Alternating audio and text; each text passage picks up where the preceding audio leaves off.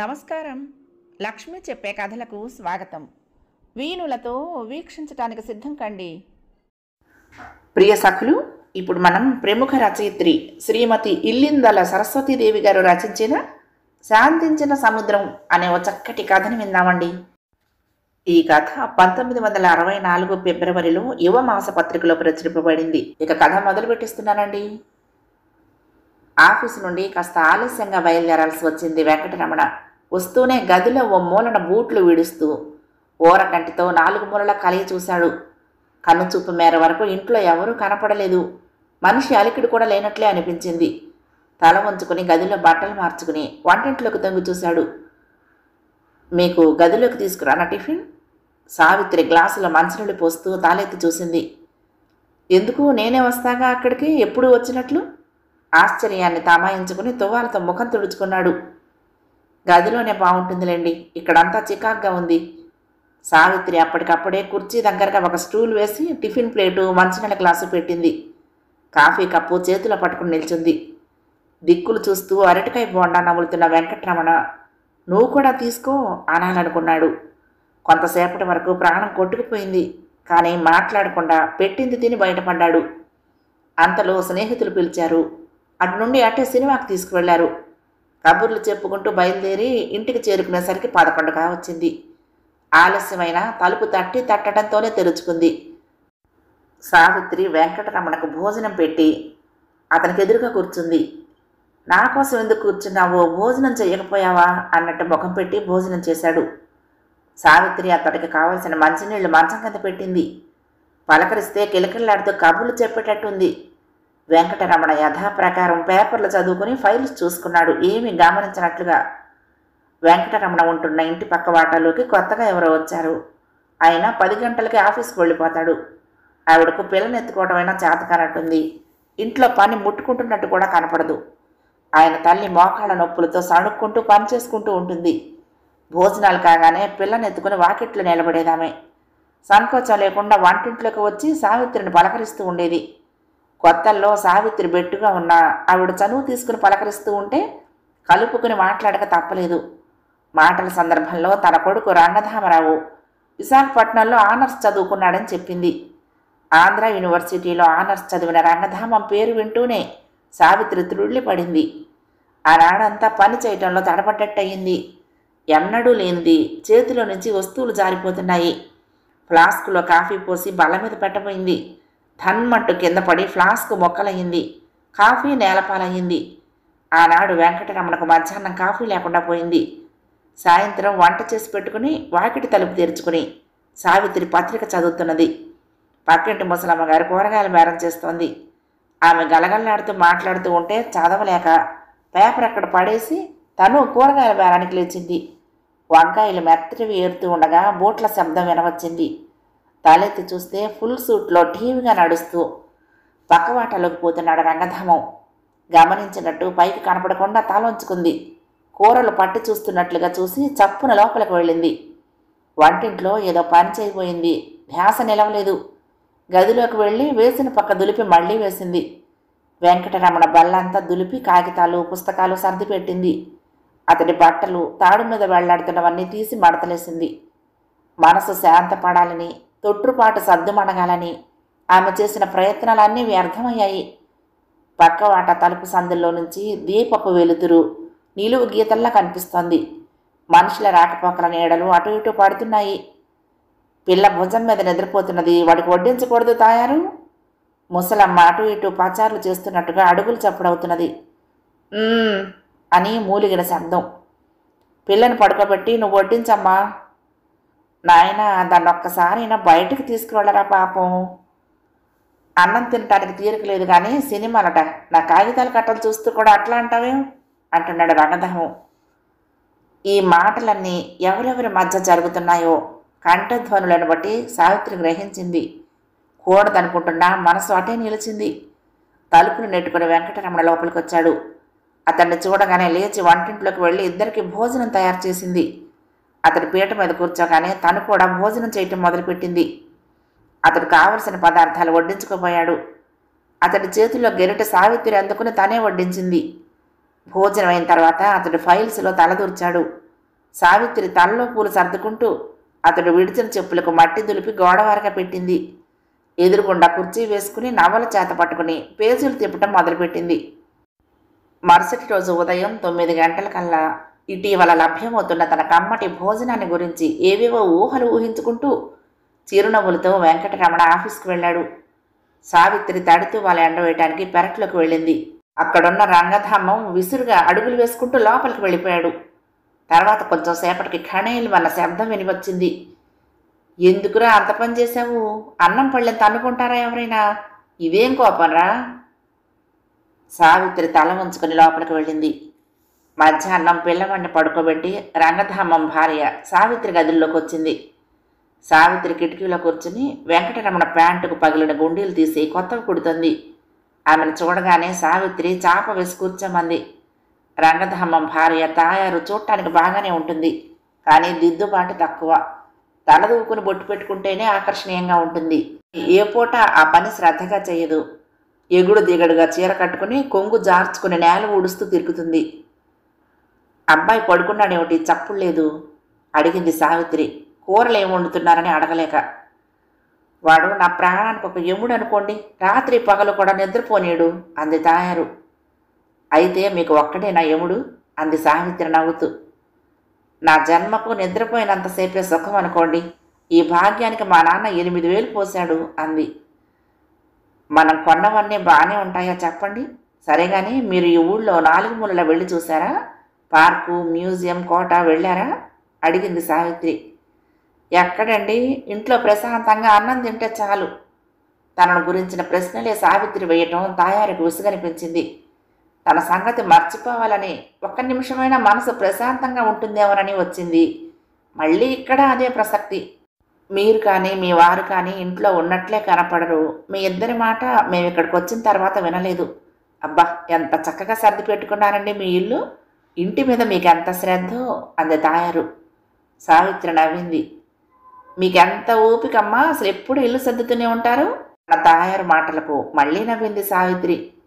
వెంకటరమణ ఆనాడు ఆలస్యంగా ఇంటికి వచ్చాడు. ఆఫీసులో పని ఎక్కువైంది. ఉసూరుమంటూ గుండె చేత పట్టుకుని ఇంట్లోకి అడుగు పెట్టాడు బెరుకుగా. రాత్రిళ్ళు ఆలస్యంగా వస్తున్నారు, పని ఎక్కువైనట్లుంది. ఇలా ఉంటే ఆరోగ్యం చెడిపోతుంది. ముందు భోజనం చెద్దురుగాని రండి. సావిత్రి అతన్ని వంటింట్లోకి తీసుకువెళ్ళింది. అన్నం వడ్డించింది. ఇద్దరు భోజనాలకు కూర్చున్నారు. పోనీ అక్కడొక కప్పు పాలు తెప్పించుకుని తాగొచ్చు కదా. ఇంత రాత్రి వేళ వస్తూ కూడా మల్లెపూలు మరో ఎట్లా జ్ఞాపకం పెట్టుకున్నారండి అంది. ఆ మాటకు అతడు తుళ్ళి పడ్డాడు. కొత్త వాతావరణం అతడిని ఉక్కిరిబిక్కిరి చేస్తున్నది. తనెక్కడా, మల్లెపూలు ఎక్కడా? అవి తనను చాలా దూరంలో ఉంచాయి. అతడు తల ఉంచుకొని అన్నం తింటున్నాడు. పక్క వాటాలో దీపపు కాంతి తళుక్కుమంటున్నది. పేపర్ తిప్పుతున్న చప్పుడు కాబోలు రేపరేపలాడుతోంది. సావిత్రి ముఖం ఉండి ఉండి ప్రకాశిస్తోంది. ఏదో చెప్పబోతున్నట్లుగా పెదవులు విప్పుకుంటున్నాయి. అతడికి ఏమీ అర్థం కావటం లేదు. కాకపోయినా మనసు విప్పుకోబోయింది. తనకు కూడా మనిషికున్న గౌరవం వస్తోంది. కొందరి జీవితాలలో ఈ గౌరవం ఎప్పుడు కలుగుతుందో ఎవరూ చెప్పలేరు. ఎన్నాళ్ల నుంచి రాయిగా ఉన్న మనసు ఇప్పుడంత మొండిగా లేదు. సావిత్రి ఈ 4 నెలల నుంచి అతడిలో మార్పు తీసుకురావాలని ప్రయత్నిస్తోంది. కానీ అది మార్పుగా కాక అతి సహజంగా చిరకాలంగా ఉండాలన్నట్టుగా శ్రమ పడుతున్నది. అతడు వేళకింటికి రావాలి. ఇద్దరూ కలిసి సినిమాలకు వెళ్ళాలి. పార్కుల్లో తనను వెంట పెట్టుకుని తిరగాలి. ఇంట్లో కిలకిల్లాడుతూ ఉండాలి. తన అన్నింటికీ అతడు మెచ్చుకోవాలి. అన్నింటికంటే ముఖ్యంగా సాయంత్రం 6-7 గంటల వేళ సావిత్రి అనే ప్రేమ ఉట్టిపడేటట్లు పిలవాలి. వాగార్థాల వలె, క్షీర నీరాల వలె ఒకరిలో ఒకరు ఐక్యమైపోవాలి. అట్లా నడుచుకోవాలి ఇద్దరు. సాయంకాలం 6-7 గంటల వేళ పక్కవాటలో ఉన్న రంగధామం ఆఫీసు నుండి ఇంటికి వచ్చేవేళ, పిల్లవాడు ఆకలికి ఏడ్చేవేళ, ఆ తల్లి వాడిని 4 తిట్టి నేలకు వేసుకుంటేవేళ, అతడొచ్చిన గంటకు తల్లి కానీ భార్య కానీ సణుగుతూ కాఫీ గ్లాస్ అందిస్తారు. ఎందుకో ఒక్కొక్క రోజు చిటపటలాడుతూ, ఒక్కో రోజు కాఫీ గ్లాసులు విసురుతూ కేకలు పెడుతూ ఉంటాడు. అటువంటి వేళ ఆ ఇంటి వాళ్ళంతా వింటూ ఉండగా, ముఖ్యంగా రంగధామం చెవిన పడేటట్లుగా తనను ఆప్యాయంగా సావిత్రి అని వెంకటరమణ పిలిస్తే వినేవాళ్ళు అసూయ పడేటట్టుగా ఎంత మధురంగా ఉంటుంది. వెంకటరమణకు ఇన్నేళ్లకు తన పుట్టినరోజు అన్నమాట చెవిన పడింది. బాల్యంలో తల్లి ఏం చేసిందో అతడికి తెలియదు. గులాబ్ జాము, వెజిటబుల్ కట్లెట్సు, అతడికి ఇష్టం అనుకుని చేసిన సేమియా పాయసము, జెరీ అంచుల ధోవతి, ఇంట్లో సరస సంభాషణ. సావిత్రి ఈ వంటకాలన్నీ పక్క వాటాలో ఇచ్చి మా వారి పుట్టినరోజు అని చెప్పింది. ఆ సాయంత్రం తనే బలవంతం చేసి వెంకటరమణను సినిమాకు బయలుదేరదీసింది. రాత్రి ఇంటికి వచ్చిన తర్వాత కిలకిల నవ్వుతూ ఎన్నో కబుర్లు చెప్పింది. అతడు అప్పుడప్పుడు ఊ ఆ అంటూ ఆశ్చర్యాన్ని అణుచుకుంటున్నాడు. అప్పటికింకా పక్క వాటాలో దీపం వెలుగుతోంది. పడక కుర్చీలో పడుకుని రంగధామం పేపర్ చదువుతున్నట్లు కనపడుతున్నది. పక్కవాట తలుపు సందులో నుంచి వస్తున్న వెలుగు వైపు చూస్తూ ఉంటే ఉత్సాహం పొంగులు వారి ఆమె కిచకచలాడిపోతున్నది. పొద్దున్నే పాలవాడి కోసం సావిత్రి కిటికీలో నుంచి తొంగి చూస్తున్నది. 7:30కు అమిత చికాకుతో కాఫీ గ్లాస్ అందుకునే రంగధామం చూస్తూ ఉండగా తాను 6ంటికి నవ్వుతూ వెంకటరమణకు కాఫీ గ్లాస్ అందించాలి. గబగబా పాల చెంబు అందుకుని డికాక్షన్ దింపి పాలు పొయ్యి మీద పెట్టింది. ఆంధ్ర యూనివర్సిటీలో సావిత్రి ఇంటర్ చదివేటప్పుడు రంగధామం ఆనర్స్ చదువుతున్నాడు. కాలేజీ విద్యార్థుల్లోకెల్లా అతడు బ్రైట్ స్టూడెంట్ అనే పేరు. చదువులోనే కాక ఇతర ఆటల పోటీల్లోనూ, వక్తృత్వ పోటీల్లోనూ, నాటకాల్లో వేషాలు వేయటంలోనూ అతడి పేరు ప్రథమ శ్రేణికి చెందింది. విద్యార్థులకు అన్నింటిలో అతడు నాయకుడు. అతడు ఎవరితోనైనా మాట్లాడాడంటేనే ఎంతో అదృష్టం అనుకునేవాళ్ళు. ఉపాధ్యాయులకు కూడా అతడంటే ఎంతో మన్నన. పిల్లలకు మగపిల్లలతో కలిసి నాటకాల్లో వేషాలు వేయటం అంటే ఎంతో భయంగా ఉండేది. ఎవరూ తూగి వచ్చేవారు కాదు. అందుకని ఉపాధ్యాయులు అభ్యుదయ ఉత్సవాల్లో నాటకాలు వద్దన్నారు. రంగధామానికి నాటకాలంటే ఎంతో అభిమానం, నటించడం అంటే ఎంతో ఇష్టం. కానీ స్త్రీ పాత్ర లేని నాటకం ఏం బాగుంటుంది? ఎవరు ఆ స్త్రీ పాత్ర అభినయించడానికి అంగీకరిస్తారు? ఉపాధ్యాయులు ఎంత చెప్పినా వినకుండా తాను ఒప్పించి తీసుకొస్తానని ఉపాధ్యాయులకు మాట ఇచ్చాడు. ఆ రోజు క్లాసులు అయిపోవటంతో ఆడపిల్లల రూమ్ దగ్గర నిలబడ్డాడు. ఎవరైనా బయటకు వస్తే పలకరిద్దామని. అందరూ లోపల చేరి కిచకిచలాడుతున్నారు, కానీ ఒక్కరూ బయటికి రాలేదు. అతడు లోపలికి పోవటానికి వీల్లేదు. 15 గంట సేపు తలుపు మీద దృష్టి ఉంచి నిలబడ్డాడు. అదృష్టం కొద్దీ ఆయా అటుపోతూ కనపడింది. ఎవరినైనా బయటకు రమ్మని ఆయా చేత చెప్పి పంపాడు. వెంటనే సావిత్రి, సుబ్బలక్ష్మి బయటకు వచ్చారు. వాళ్ళిద్దరితోటి అతడు అభ్యుదయ ఉత్సవాలను గురించి మాట్లాడాడు. కార్యక్రమం అంతా చెప్పాడు. నాటకాల సంగతి చెప్పి స్త్రీ పాత్రల సంగతి వివరించాడు. మీలో ఎవరైనా యువరాణి పాత్ర వెయ్యాలి అన్నాడు. బావో, యువరాణి పాత్రే, స్టేజ్ మీదకి వచ్చేసరికి నా కాళ్ళు వణుకుతాయి అంది సుబ్బలక్ష్మి కళ్ళు గుండ్రంగా తిప్పుతూ. మరి స్త్రీ పాత్ర లేని నాటకమే లేదు. స్త్రీ పాత్ర మీరు నటించకపోతే ఇంకెవరు నటిస్తారు? మగవాళ్ళు నటిస్తే ఏం బాగుంటుంది అన్నాడు రంగధామం. ఆ వేషం ఎవరు వేస్తారండి? వేసి మర్నాడు కాలేజీకి రావటమే. గోడ సాహిత్యంలోకి ఆ పిల్ల పేరు ఎక్కిపోదు. మాకు కాలేజీలో చదవటము, నాటకాలు వేయటమో కాక జీవితంలో ప్రధానమైన ప్రయోజనాలు ఉన్నాయిగా, మరి వాటిని ఇవి కించపరచకూడదు. సావిత్రి ధైర్యం తెచ్చుకుని గట్టిగా మాట్లాడింది. మీరు చెప్పిందంతా నేను ఒప్పుకుంటాను. మనకందరికీ ప్రధానమైంది మీరు చెప్పింది. కాలేజీల్లో చదవటము, అభ్యుదయ ఉత్సవాల్లో పాల్గొనటము మన సాంఘిక జీవితాన్ని ఉన్నత స్థితికి తీసుకుపోతాయి, కానీ కించపరచవు. నా ఉద్దేశంలో ఎవరికి ఎటువంటి దురభిప్రాయమూ ఉండదని రంగధామం వేడుకుంటున్నట్టుగా ముఖం దీనంగా పెట్టాడు. మీరు అనుకోరనుకోండి, లోకం మాట ఏంటి అంది సావిత్రి. ఇతరుల సంగతి మనకెందుకు? వ్యక్తి యొక్క ఔన్నత్యాన్ని విలువ కట్టడం అందరికీ సాధ్యం కాదు. సావిత్రి గారు, నా కోరిక మీద మీరు యువరాణి పాత్ర ధరించాలి. మీ ముఖంలో, మాటలో, నడకలో ఆ హుందాతనం ఉంది. ప్లీజ్ ప్లీజ్ నా అభ్యర్థిని తోసిపుచ్చకండి అన్నాడు. సావిత్రి క్రీగంట రంగధామాన్ని చూసింది. కాలేజీ విద్యార్థులందరికీ అతడు నాయకుడు. వీరోచిత గాంభీర్యం ముఖం మీద తాండవిస్తుంది. మాట్లాడితే రాజులు కత్తి మీద చెయ్యేసినట్లుగా ప్యాంటు జేబులోకి చేయి పోనిస్తున్నాడు. మధ్య మధ్య ఉత్తమ ఆశయాలను గురించి ఉపన్యాసాలు దంచుతున్నాడు. కొంతసేపటికి సావిత్రి మనసు మెత్తపడింది. సరేనని ఒప్పుకుంది. అతడు కృతజ్ఞత తెలుపుతూ ఉంటే పున్నమి నాడు చంద్రుడితో కరచాలనం చెయ్యాలని ఉవ్వెత్తుగా ఎగసిపడే సముద్రం మాదిరిగా ఆమె హృదయం పొంగులు వారింది. నాటక ప్రదర్శన అయిన తర్వాత గ్రీన్ రూమ్లోకి వచ్చాడు రంగధాం. సావిత్రి ఇంకా యువరాణి వేషంలోనే ఉంది. మీరు కాలేజీ విద్యార్థి సంఘానికి పేరు తెచ్చారు. ఇంత బాగా నటించగలరని నేను ఊహించలేకపోయాను. ఇవాళ అధ్యక్షత వహించిన ప్రభుత్వ ప్రధాన కార్యదర్శి ప్రత్యేకంగా మిమ్మల్ని ప్రశంసించారు.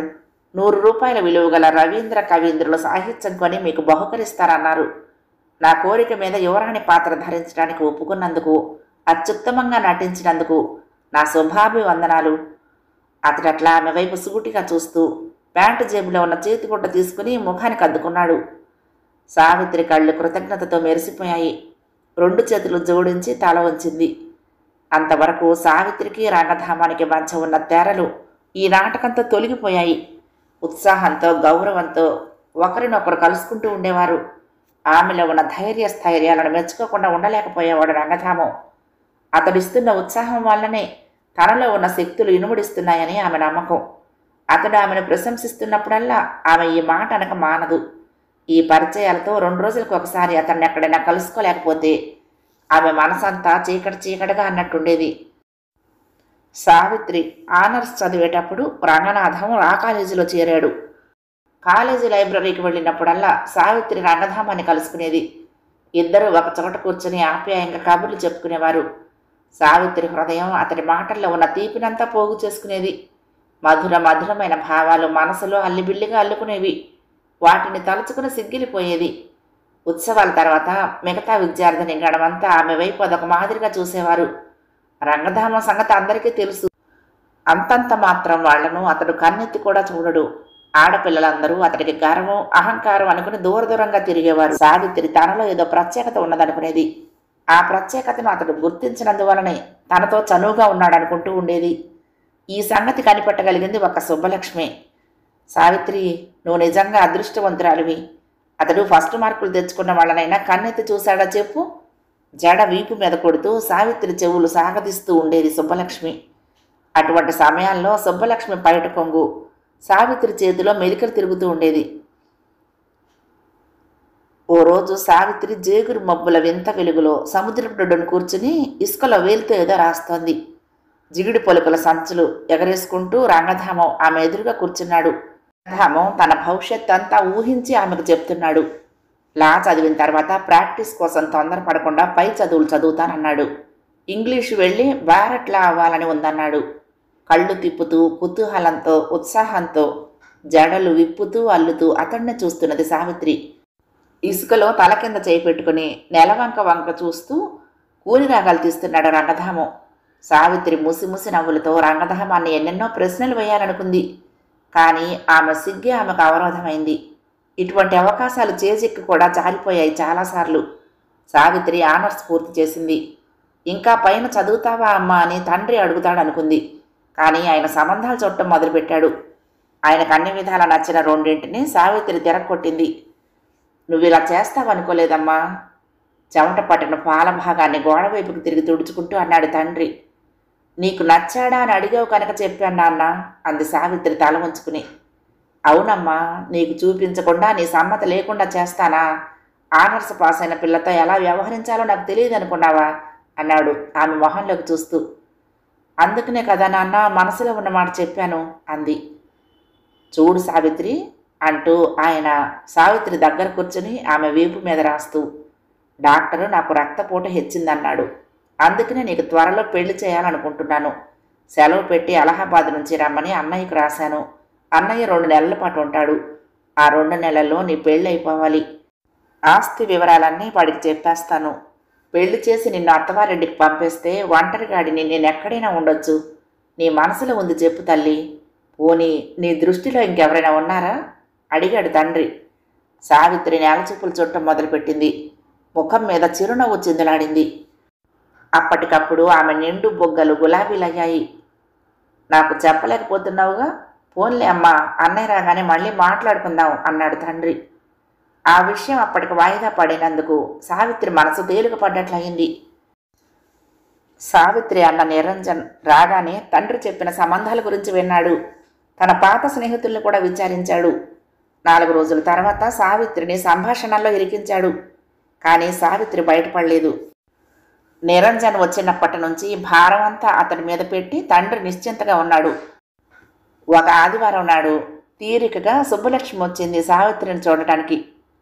వారం రోజుల నుండి రావాలనుకుంటే ఒళ్ళు బడలకు చేసింది అంది. ఏం పని చేశావు ఒళ్ళు బడలకు చేయటానికి అడిగింది సావిత్రి. బస్సులో 150 మైళ్ళ దూరం వెళ్ళాం పెళ్లికి. అది ఒక పల్లెటూరు. నడుస్తూ ఉంటే కాళ్ళు దిగబడేట అంత బురద. ఇంతకు పెళ్లి కొడుకు ఎవరో తెలుసా? రంగధామం. పెళ్లి కూతురు ఒట్టి అమాయిక. పెద్ద చదువు చదువుకుని బస్తీలో ఉన్న నాగరికుడు ఆ పిల్లని చేసుకున్నాడు అంది సుబ్బలక్ష్మి. సావిత్రి తల గిరగిరా తిరిగినట్లయింది. కుర్చీకి దేహాన్ని అణుచుకుని కూర్చుంది.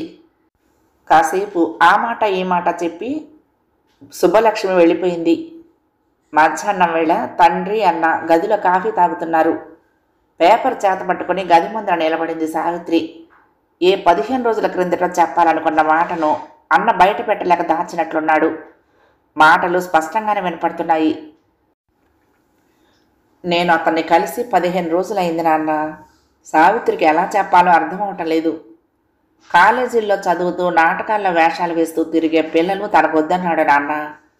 మన సావిత్రికి అతని మీద మనసున్నట్లు చూచేయగా కనిపెట్టాను. అతని అన్నమాట దానితో ఎలా చెప్పను అంటున్నాడు నిరంజనం. తండ్రి బరువుగా నెట్టూర్చటం సావిత్రికి స్పష్టంగా వినపడింది. సావిత్రి వెనక్కు నడుస్తూ వెళ్ళి డ్రాయింగ్ రూమ్లో సోఫా మీద కూలబడింది. కాలేజీలో చదువుకునే పిల్లలు పెళ్లికి పనికిరారా? చదువుల మీద లెక్చర్లు ఇచ్చిన రంగధాము నాటకంలో పాత్ర వెయ్యమని తనను బలవంతం చేసిన పెద్ద మనిషి. తన సొంతానికి ఒక మాట, ఇతరులకు ఒక మాట. పెళ్లి చేసుకోకపోతే పోయాడు, కానీ కాలేజీ విద్యార్థుల మీద ఎంత విసిరాడు. తండ్రి కానీ అన్న కానీ ఆ గదిలోకి వచ్చి తన పరిస్థితి చూస్తారేమోనని సావిత్రి భయపడింది. తన తొట్టుపాటును అణగదొక్కటానికి ఎంతో ప్రయత్నించింది. ముఖానికి అడ్డంగా పత్రిక పెట్టుకుని గంటకు పైగా బాధపడుతూ కూర్చుంది. తండ్రి తనతో ఏదో చెప్పాలనుకుని చెప్పలేకపోవటం సావిత్రి కనిపెట్టింది. ఆ 4 రోజుల్లో తండ్రి మరీ బలహీనుడైనట్టు కనపడ్డాడు. నిరంజన్ ముభావంగా తప్పుకొని తిరుగుతున్నట్టుగా తిరిగాడు. 4 రోజులు నిద్ర పట్టలేదు సావిత్రికి. ఆకలి లేనట్టే అనిపించింది. శరీరం గాలిలో తేలిపోతున్నట్లు అనిపించింది. 5వ నాడు ఆమె మనసులో ఏ వేదన లేదు. మనసు నిర్వికారంగా ఉంది. అయిపోయిన పెళ్లికి బాజాలు ఎందుకని మనసును అదిమి పెట్టడంలో నిమగ్నురాలైంది. ఏ నాన్న, అన్నయ్యకు సెలవులు అయిపోవాలా ఇంకా అడిగింది. అవునమ్మా, వెళ్ళాలంటున్నాడు చెప్పాడు తండ్రి. నాన్న, మనం కూడా అన్నయ్య దగ్గరికి వెళ్ళి ఉంటే బాగుండదా? బాగుంటుందమ్మా, కానీ ఇంకా ఆ వేళ రాలేదు అన్న తండ్రి మాటల్లో ఆ వేళంటే ఏమిటో సావిత్రి గ్రహించింది. ఆయన మనసులో పడుతున్న బాధ ఏమిటో ఆమెకు తెలుసు. పైకి చెప్పలేక మదన పడుతున్నాడు. వారం రోజుల వ్యవధిలో అన్న కుదిర్చిన సంబంధం సావిత్రి చూడకుండానే ఒప్పుకుంది. ముహూర్తం కూడా వెంటనే కుదిరింది. పెళ్లి సత్రంలో జరిగిపోయింది. అన్న తీసుకొచ్చిన పెళ్లి కొడుకు చేత సావిత్రి తాళి కట్టించుకుంది. తండ్రి కాళ్లకు దండం పెడుతూ ఆయన పాదాలు కన్నీటితో తడిపేసింది. నాన్న, నీ మనసు ఇప్పుడు సంతోషంగా ఉందా అంటూ తలెత్తి చూసింది. ఒక పక్క కన్నీళ్లు కారుస్తున్న తండ్రి ముఖం ఆనందంతో వెలిగిపోవటం సావిత్రి గమనించింది. వెంకటరమణ కష్టపడి బీకామ్ ఎల్ఎల్బి పాస్ అయిన విద్యార్థి. అతడు సిద్ధం శెట్టి అరుగుల మీద నివాసం ఏర్పరచుకున్నాడు. వీధి దీపాల వెలుగులో చదువుకుని పరీక్షలు పాస్ అయ్యాడు. లేమిని పెరవేసుకుపోయిన జీవితం. చదువు కాగానే ఉద్యోగంలో చేరాడు. అతడిలో అందం ఉంది, తెలివి చురుకుదనము ఉన్నాయి. చూడగానే నిరంజన్ని ఆకర్షించాడు.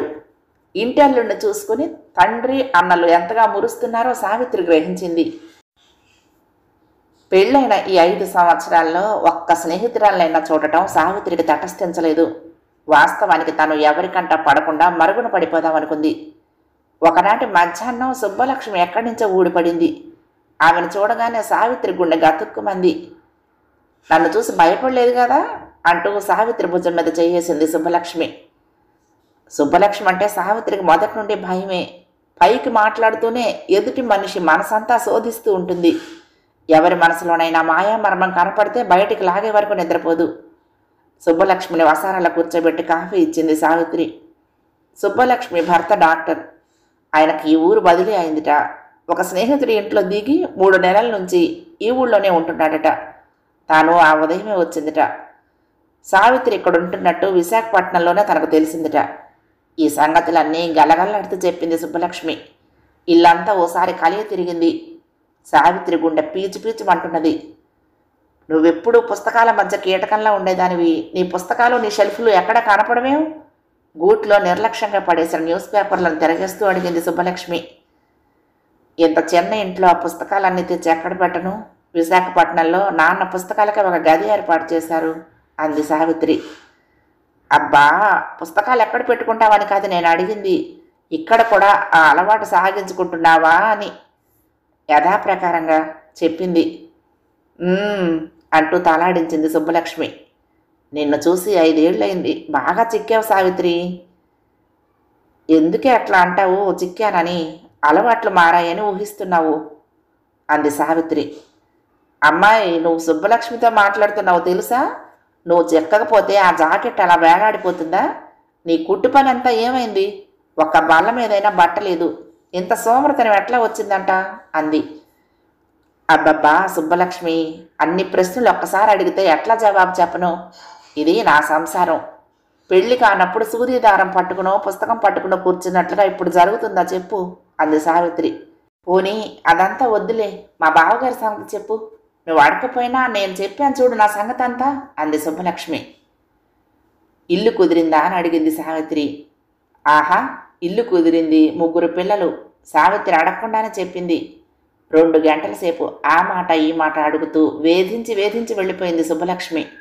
సావిత్రిని వెంకటరమణను తమ ఇంటికి రమ్మని ఆహ్వానించింది. సావిత్రి తలూపింది. సుబ్బలక్ష్మి వెళ్ళిపోయిన తర్వాత అమ్మయ్య అనుకుంది. ఆమె ఉన్నంతసేపు మనసులో భయమే. మాటల్లో చూపుల్లో ఏ సంగతి బయటికి లాగుతుందోనని. ఎవరికీ కనపడకుండా మారుమూల పడున్నామనుకుంటే ఈ సుబ్బలక్ష్మి ఎక్కడి నుంచో ఊడిపడింది. వారం రోజులకు ఒకసారైనా సావిత్రి వెంకటరమణ తమ ఇంటికి రాకపోతే సుబ్బలక్ష్మి ఊరుకునేది కాదు. వెంకటరమణ ఎవరితో మాట్లాడినా సావిత్రి ముఖం చూస్తూ మాట్లాడేవాడు. అతడు పడుతున్న బాధేమిటో సుబ్బలక్ష్మి కనిపెట్టడానికి ఎక్కువసేపు పట్టలేదు. ఆ మాటల్లో ఏదో వెలితి కనపడుతున్నట్టుండేది. అతడి బెరుకు చూపులు చూసి సుబ్బలక్ష్మి నవ్వుకునేది. సుబ్బలక్ష్మి ఇంటికి వెళ్ళినన్నిసార్లు తమ ఇంటికి వాళ్ళని పిలవలేకపోయింది సావిత్రి. సందర్భం కూడా కలిసి రాలేదు. అనుకోకుండా సుబ్బలక్ష్మి భర్తకు అక్కడి నుండి బదిలీ అయ్యింది. సుబ్బలక్ష్మి కుటుంబాన్ని సావిత్రి భోజనానికి పిలిచింది. వెళ్తూ వెళ్తూ నువ్వు చదువుకున్న మొద్దువైపోయావు అంటూ వీపు మీద కొట్టి సుబ్బలక్ష్మి బండెక్కింది. ఆ దెబ్బకు సావిత్రి త్రుళ్ళిపడింది. ముఖం పాలిపోయింది. ఎవరన్నా చూశారేమోనని దిక్కులు చూసింది. దూరంగా మగవాళ్ళు మాట్లాడుకుంటున్నారు. అమ్మయ్య అనుకుంది. 1 ఏడాది పాటు తెలిసిన వాళ్ళు ఎవరూ కనపడలేదు. సావిత్రి మనసు హాయిగా ఉంది. బయట ప్రపంచంతో ఏ ప్రసక్తి లేకుండా ఉంది. పుస్తకాలు చదివే అలవాటు సంసారంలో పడగానే దానంతటా అదే నశించిపోయింది. మిగతా అభిరుచులు అభిలాషలు ఆలనా పాలన లేక అడగారిపోయాయి. భర్త ఆఫీసుకు వెళ్ళగానే వాకిటి తలుపు గొళ్ళెం పెట్టుకుని ఏకాంతంగా కూర్చుని గాత్ర సంగీతం సాధన చేస్తూ ఉండేది. 2-3 గంటలు భజన కీర్తనలు అవి పాడుకున్న తర్వాత ఆమెలో గూడు కట్టుకున్న ఆవేదనంతా చల్లారినట్లుండేది. వర్షించిన మేఘంలా మనసు తేలిక పడేది. మందకుడిగా యాంత్రికంగా సావిత్రి రోజులను దొర్లిస్తున్నది. షెల్ఫ్ మీద చనిపోయిన తండ్రి ఫోటోకి ఎదురుగా నిలబడి నీ ఆత్మశాంతి కోసమే నేను బ్రతుకుతున్నా నాన్న అనుకునేది. ఎప్పుడు చూసినా ఆ ఫోటోలో తండ్రి ముఖం నవ్వుతున్నట్లే ఉండేది. పక్కవాటలో ఉన్న తాయారు పురిటికి వెళ్ళింది. ముసలమ్మ చిన్నపిల్లల ఉరుకు పరుగులతో కాఫీ చేసిస్తున్నది. వేళకు వంటైనా చిందులు గంతులు వినపడుతూనే ఉన్నాయి.